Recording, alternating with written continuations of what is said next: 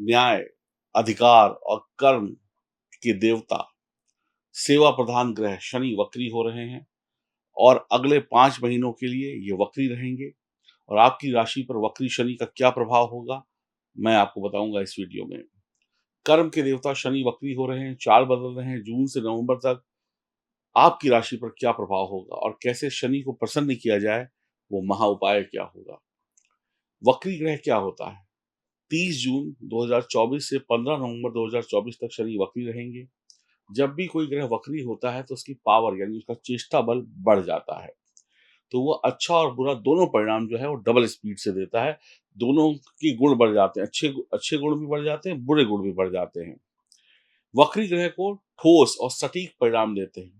वक्री ग्रह जो होते हैं वो ठोस और सटीक परिणाम देते हैं, इनमें इफ एंड बट नहीं होता, बिल्कुल एकदम एग्ज़ैक्ट होता है। आपको स्वयं की कुंडली में भी शनि की स्थिति को देखना पड़ेगा। शनि जिस घर में बैठे हैं वो घर प्रभावशाली हो जाएगा। आपकी जन्म कुंडली में जिस घर में शनि बैठे हैं, अगले 5 महीनों के लिए वो घर प्रभावशाली हो जाएगा। तो उस घर को भी देखिए, अपनी जन्म कुंडली को खोल कर देखिए। जन्म कुंडली को ज़रूर देखिएगा, अगर आपकी जन्म कुंडली में शनि वक्री हैं, तो शनि का प्रभाव दुगना हो जाएगा। एक तो गोचर में वक्री हो गए और दूसरा आपकी जन्म कुंडली में भी वक्री हैं। गोचर के साथ-साथ जन्म कुंडली को देखना बहुत ज़रूरी है। मेरा नाम है एस्ट्रोलॉजर सचिन पंडित और मैं आपके लिए लेके आया हूँ शनि का वक्रत्व काल, कैसा बीतेगा आपकी राशि के लिए। बहुत विस्तार से समझाऊँगा और बिल्कुल सही ज्योतिष की जो नॉलेज है वो दूँगा। देखिए, वीडियो लंबा होगा लेकिन समझना पड़ेगा। अधूरा ज्ञान देने का मेरा कोई शौक नहीं, मैं आपको पूरा ज्ञान दूँगा। समझेंगे तो ही आप आगे तरक्की कर पाएँगे। तो प्लीज़ वीडियो को देखिएगा, समझिएगा। वक्री का मतलब होता है उल्टा और उल्टा ग्रह जो है ना, हम लोग बोलते हैं कि वक कोई भी ग्रह उल्टा नहीं होता है। पहले तो आप इस बात को समझ लें। हम बोलते ज़रूर हैं, वो वहाँ पर उल्टा चलता नहीं है, हमें दिखता है कि वो उल्टा चल रहा है। ऐसा प्रतीत होता है कि वो उल्टा चल रहा है। तो उल्टा चलना होता नहीं है वास्तव में, बस लगता है कि वो उल्टा चल रहा है। वक्री ग्रह क्या होता है? अब यहाँ से बहुत ध्यान से समझिएगा। वक्री ग्रह पुनः जन्म के कारणों को दिखाता है, यानी आपकी पिछली ज़िंदगी को भी दिखाता है, जो ज़िंदगी आपकी वर्तमान में है और जो आपका पिछला जन्म है, उसको भी दिखाता है। सूर्य, चंद्र के अलावा हर ग्रह हर वर्ष कुछ ना कुछ वक़्त के लिए वक्री होता है। सूर्य और चंद्र कभी वक्री नहीं होते। राहु और केतु हमेशा वक्री रहते हैं। राहु मोह है, केतु मोक्ष है। राहु क्या है? मोह यानी कि दुनिया की सारी खुशियाँ हैं और केतु क्या है? जो इस दुनिया की सारी खुशियों को छोड़कर आगे निकल जाए यानी मोक्ष है। मोक्ष और मोह के बीच में ही इंसान फँसा हुआ है। मोक्ष और मोह के बीच में ही इंसान फँसा हुआ है। एक पल में आप कहते हैं कि मुझे बहुत पैसा कमाना है, मुझे तो ये बनना है, मुझे डॉक्टर बनना है, मुझे इंजीनियर बनना है, मेरे पास करोड़ों रुपए मुझे कमाने हैं। दूसरे ही पल कह देते हैं दुनिया में रखा क्या है? ये दुनिया तो बेकार है, नश्वर है, खाली हाथ आए थे, खाली हाथ जाएँगे। तो एक तरफ आपके अंदर मोह भी है, एक तरफ मोक्ष भी है और इस मोह और मोक्ष के बीच में आप घूमते चले जा रहे हैं, आप चक्की की तरीके से फँसे हुए हैं। मोह और मोक्ष के बीच में इंसान फँसा हुआ है, ये आप समझ गए। वक्री ग्रह पिछले जन्मों के बचे हुए कर्मों को दिखाता है। पिछले जन्मों के बचे हुए कर्मों को दिखाता है। पिछले जन्म में क्या ऋण थे? यानी कि अब जब ग्रह कोई वक्री होता है ना, तो कहता है कि अपने ऋणों को उतार लो, अपने कर्ज़ों को उतार लो, अपनी गलतियों को सुधार लो, चाहे वो पिछले जन्म की थी या इसी जन्म की जो पिछली गलतियाँ थी उनको सुधार लो, ऋणों को उतार लो, ऋणों को मिटा दो। ये एक मौका है आपके लिए अपने कंधों पर से ऋणों का बोझ उतारने का।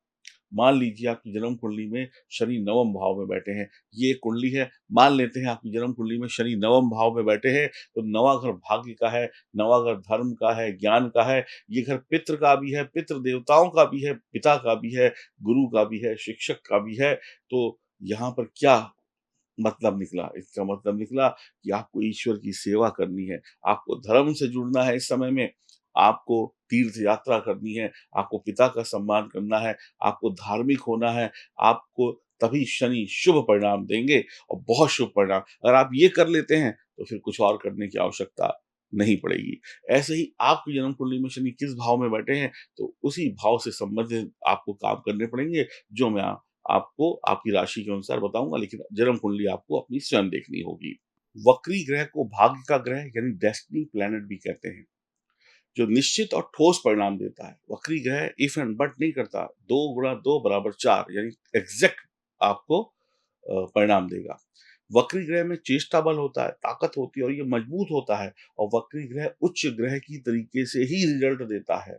अगर आपकी जन्म कुंडली में कोई ग्रह वक्री बैठा है और वो बुरा है, तो उसकी जो बुराई देने की क्षमता है वो बढ़ जाएगी। अगर अच्छा है तो अच्छा देने की क्षमता बढ़ जाएगी।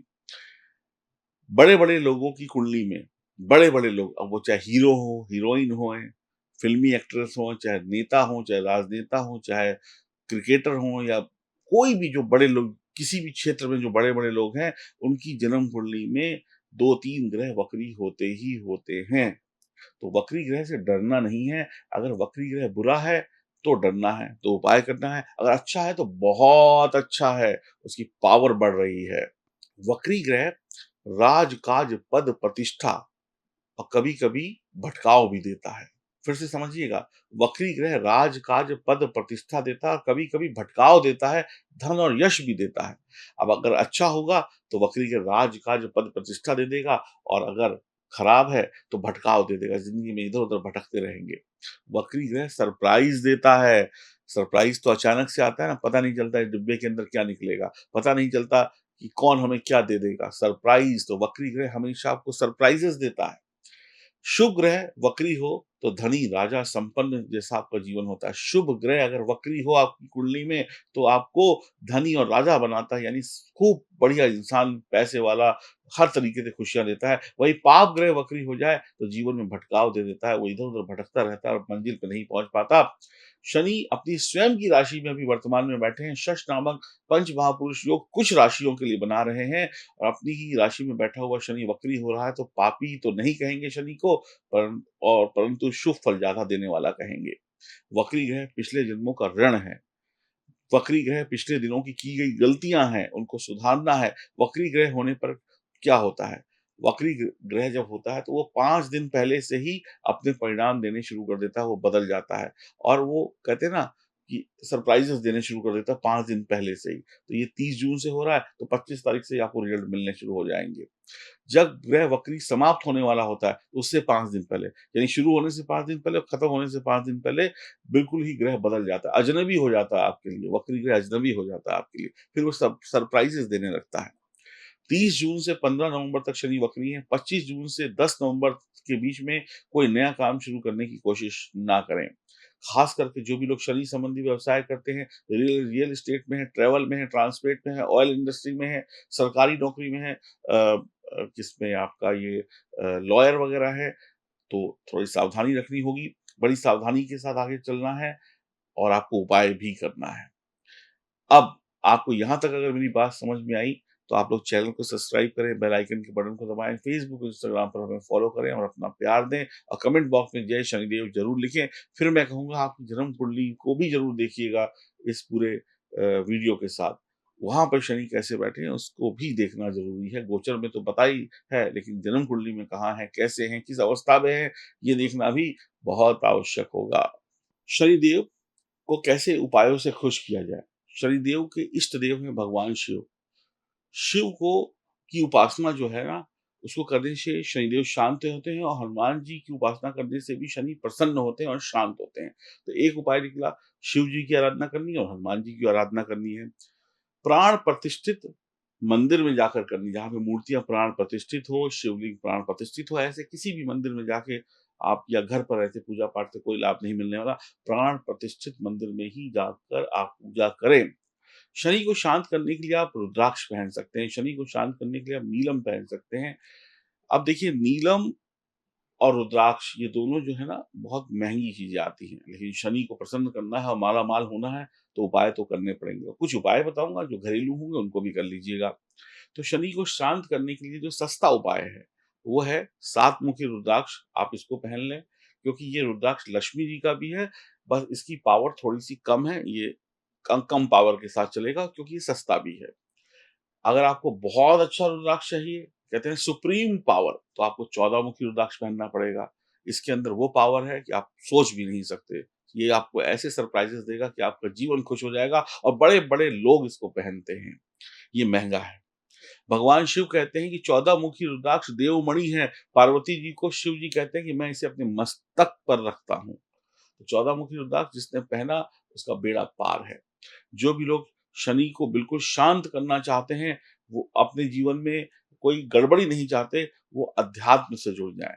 वो लोग मेडिटेशन कर लें, वो लोग 14 मुखी रुद्राक्ष पहने, वो लोग 7 मुखी रुद्राक्ष पहने और नहीं तो रुद्राक्ष कवच पहने। रुद्राक्ष कवच में 3 7 मुखी रुद्राक्षों का कवच होता है, ये पहने।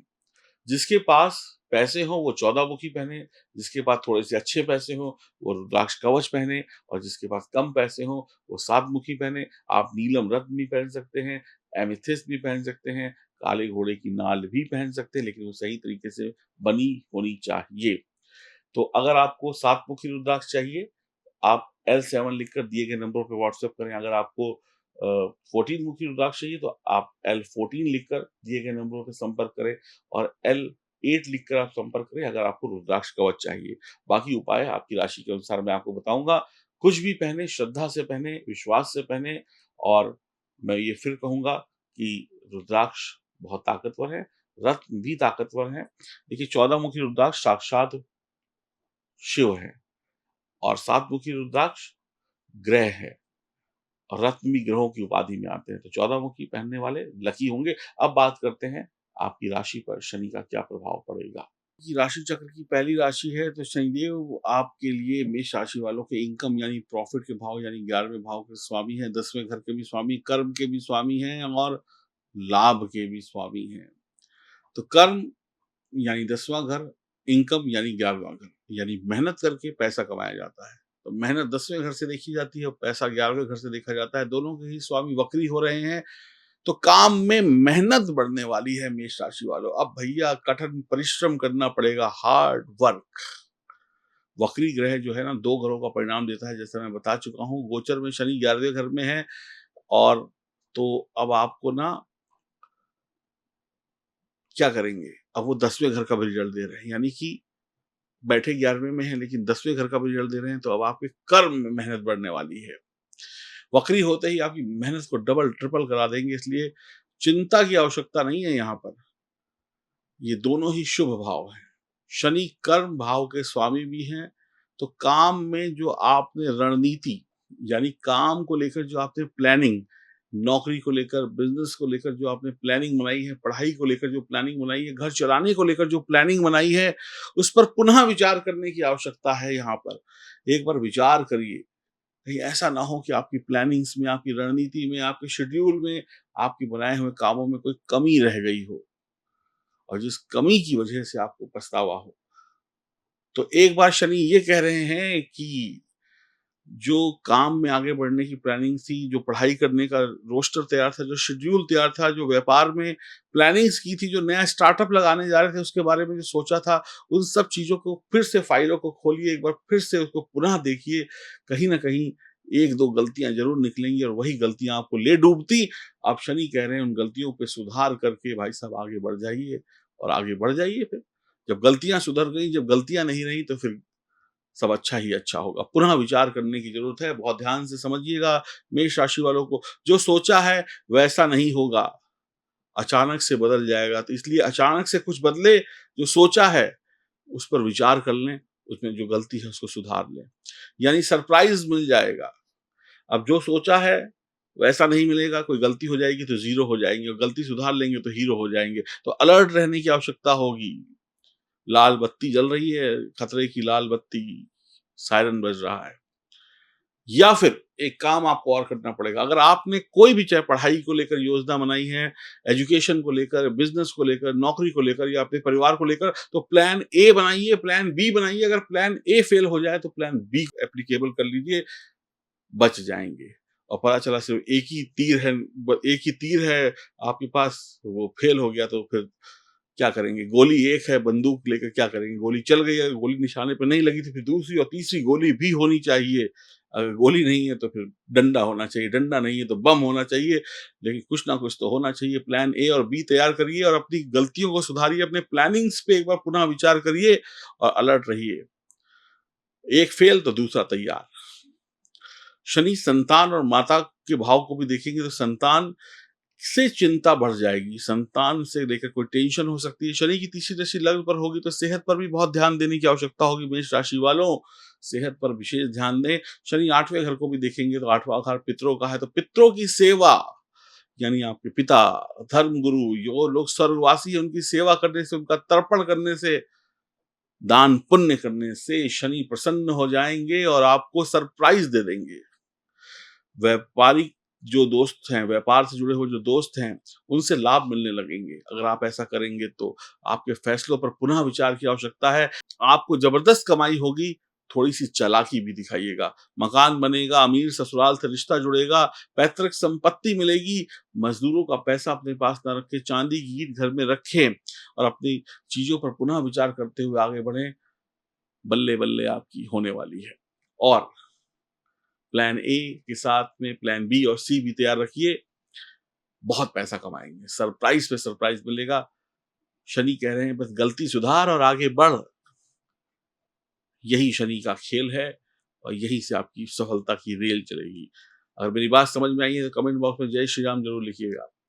और अगर आपकी जन्म कुंडली में शनि खराब हैं तो फिर बैठे-बैठाए कुछ नहीं मिलने वाला, जन्म कुंडली की जाँच तो करानी ही पड़ेगी और जन्म कुंडली की जाँच कराते ही रिज़ल्ट भी अच्छे मिलेंगे। तो ये है नंबर, ये है लिंक, यहीं पे जाकर अपनी अपॉइंटमेंट बुक कराइए और अपनी सफलता की रेल को आगे बढ़ाइए। मैं इंतज़ार कर रहा हूँ आपका और आपकी अच्छी किस्मत इंतज़ार कर रही है आपका।